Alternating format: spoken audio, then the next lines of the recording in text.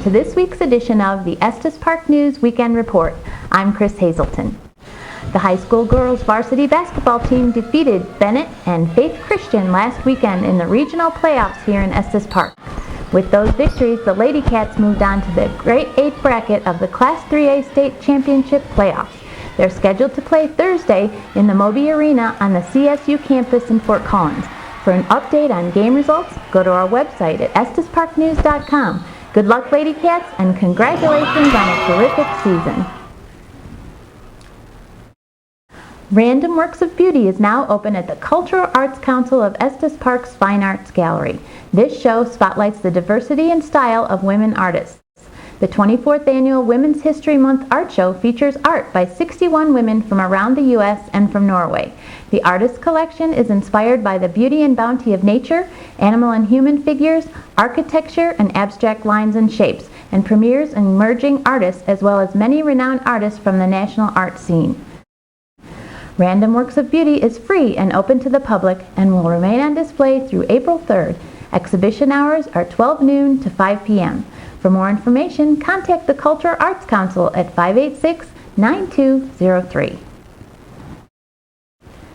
An all-new musical variety show will debut in Estes Park April 14th and 15th. It's Showtime will feature 16 local musical individuals and groups performing everything from jazz to classical music in a concert setting at the Estes Park High School Auditorium.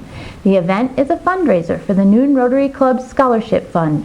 This variety show highlights some wonderfully talented young people joined by some familiar adult performers. Tickets are priced to encourage families to attend at $10 for adults in advance and $12 at the door. Children and students will be admitted free.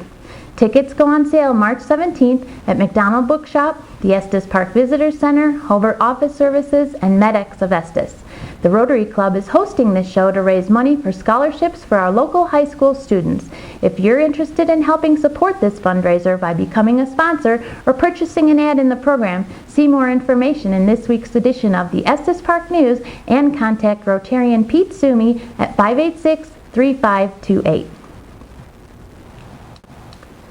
The Town of Estes Park Police Department will host Business on Alert, a new seminar for business owners and their employees on Monday, March 28th at 7 p.m. at the Estes Park Museum. Business on Alert will cover topics including how to handle shoplifting and becoming more aware of potential credit card fraud and customers attempting to use counterfeit bills and fraudulent checks. Tips will also be offered on handling disruptive customers and when to call 911. Presentations will be made by officers and staff from the Estes Park Police Department. Reservations are not required for this free seminar.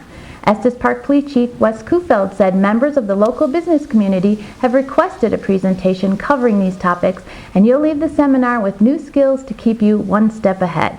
For more information, please contact the Town of Estes Park Public Information Office at 577-3701.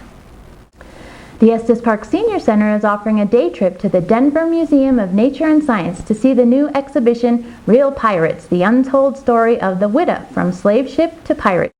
Discover the pearls and privileges of pirate life as you explore more than 200 artifacts recovered from the wreck of the Whydah, the first fully authenticated pirate ship ever to be discovered in U.S. waters. The cost for the trip is $39 for members of the Estes Park Senior Center and $41 for non-members. It includes transportation, parking, and admission. Lunch will be at one of the museum cafes. Register now at the Senior Center by calling 586-2996. The deadline for registration is Thursday, March 24th. The first new calf of the season was born on Thursday at the historic McGregor Ranch. The first calf was a heifer, and since then 3 more babies have been born. Ranch hands expect 19 more new babies in the next several weeks who will join the existing herd of Black Angus cattle at the ranch. It's a sure sign that spring is in the air in Estes Park. The hunt is on for prizes for this year's Estes Park Duck Race. Letters have been mailed to hundreds of Estes Valley merchants asking for donations of prizes for the 23rd Annual Duck Race, which will be held May 7th. Last year, merchants donated 764 prizes, and those who adopted a duck had a 1 in 7 chance of winning a prize. Prize coordinator for the race, Jack Vaughn, stated they simply could not put on the duck race each year without the wonderful support of our business community.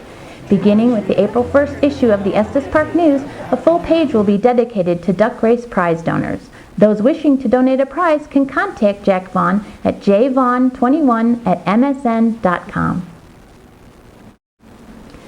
It happens every spring. The pasque flowers bloom, the return of baseball, and the switch to daylight savings time. This Sunday, March 13th at 2 a.m., daylight savings time begins. Don't forget to spring forward and set your clocks ahead 1 hour. Most people experience Rocky Mountain National Park in the winter on snowshoes or skis, but there's a small group of Estes Park women who call themselves the Bladerunners and whose goal is to ice skate on as many lakes in Rocky Mountain National Park as possible this winter.